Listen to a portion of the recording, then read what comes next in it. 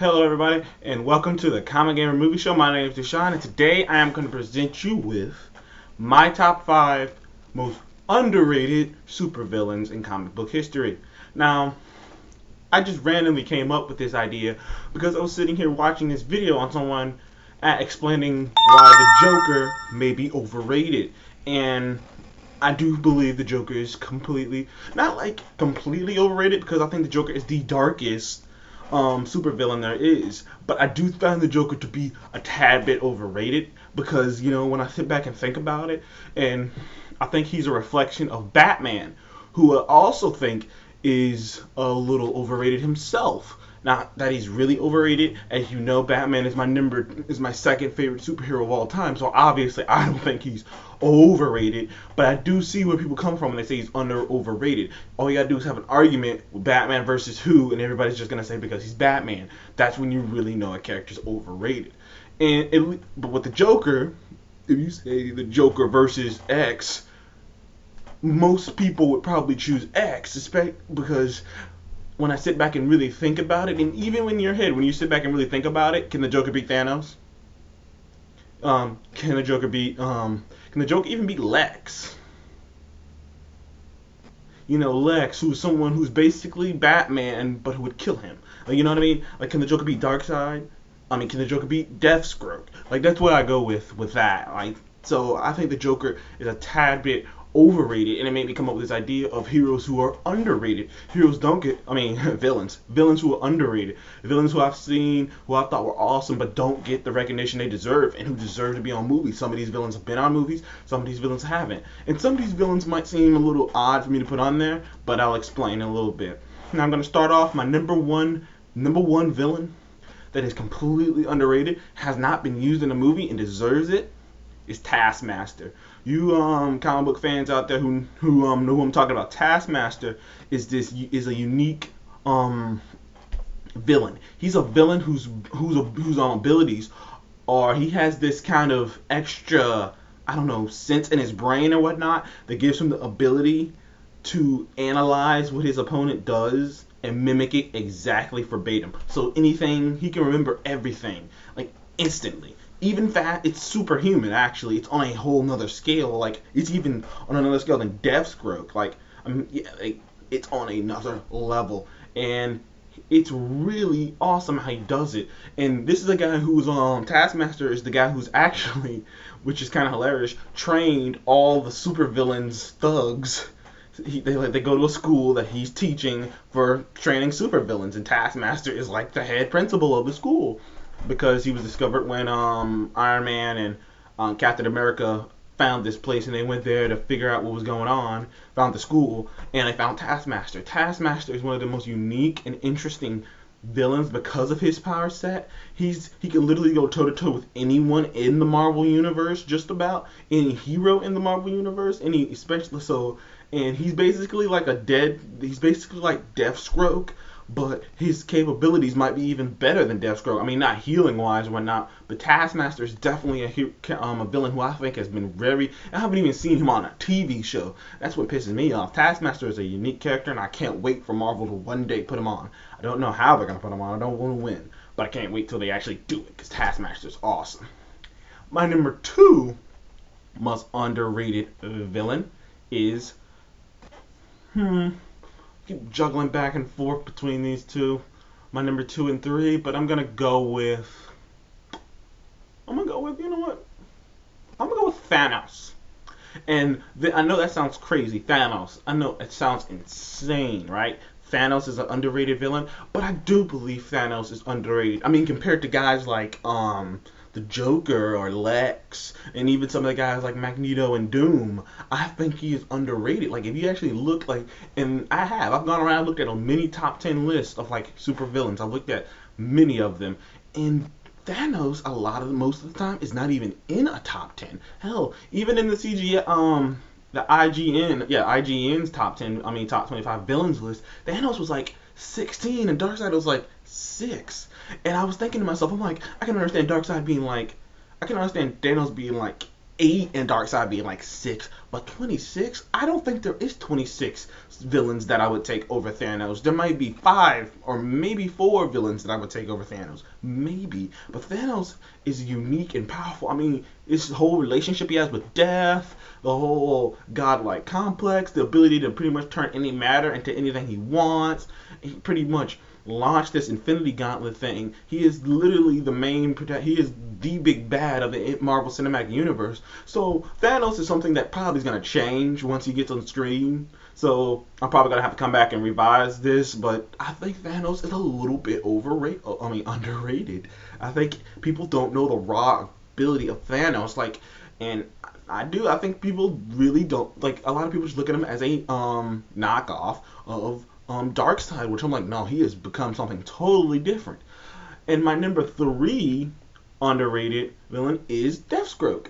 Believe it or not, I think Deathstroke has been completely underrated a little bit, and it's a lot of it has to do with the popularity of Deadpool being so big, and I don't think that's underrated or overrated at all. I think that was unique. That's just what would have happened, and I think that is kind of a unique situation that the parody became even more unique than the original. But the original is still unique.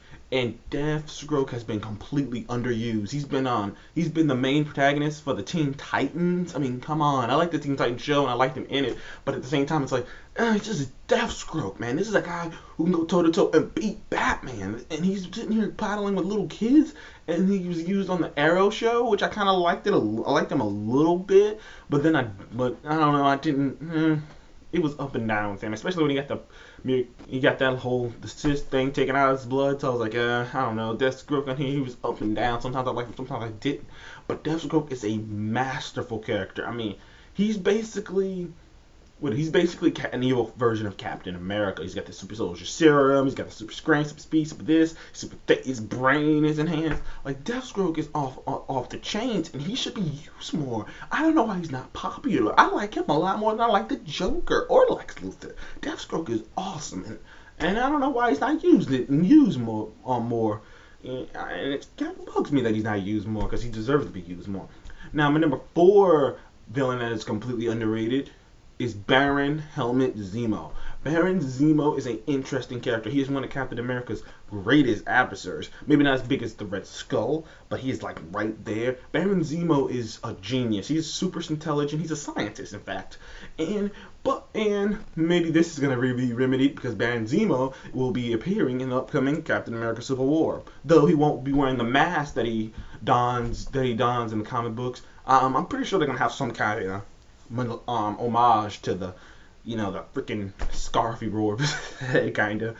But Baron Zemo is awesome. He's unique. He is actually kind of an evil version of Captain America. He's lived a long life because of that horrible accident that happened that fused that whole mass to his body. He's intelligent. He's a great swordsman. I mean, Baron Zemo is a very interesting character. He is the definition of an evil character. He's like I can't really describe Baron Zemo's characteristics, but just think him as an evil version of Captain America.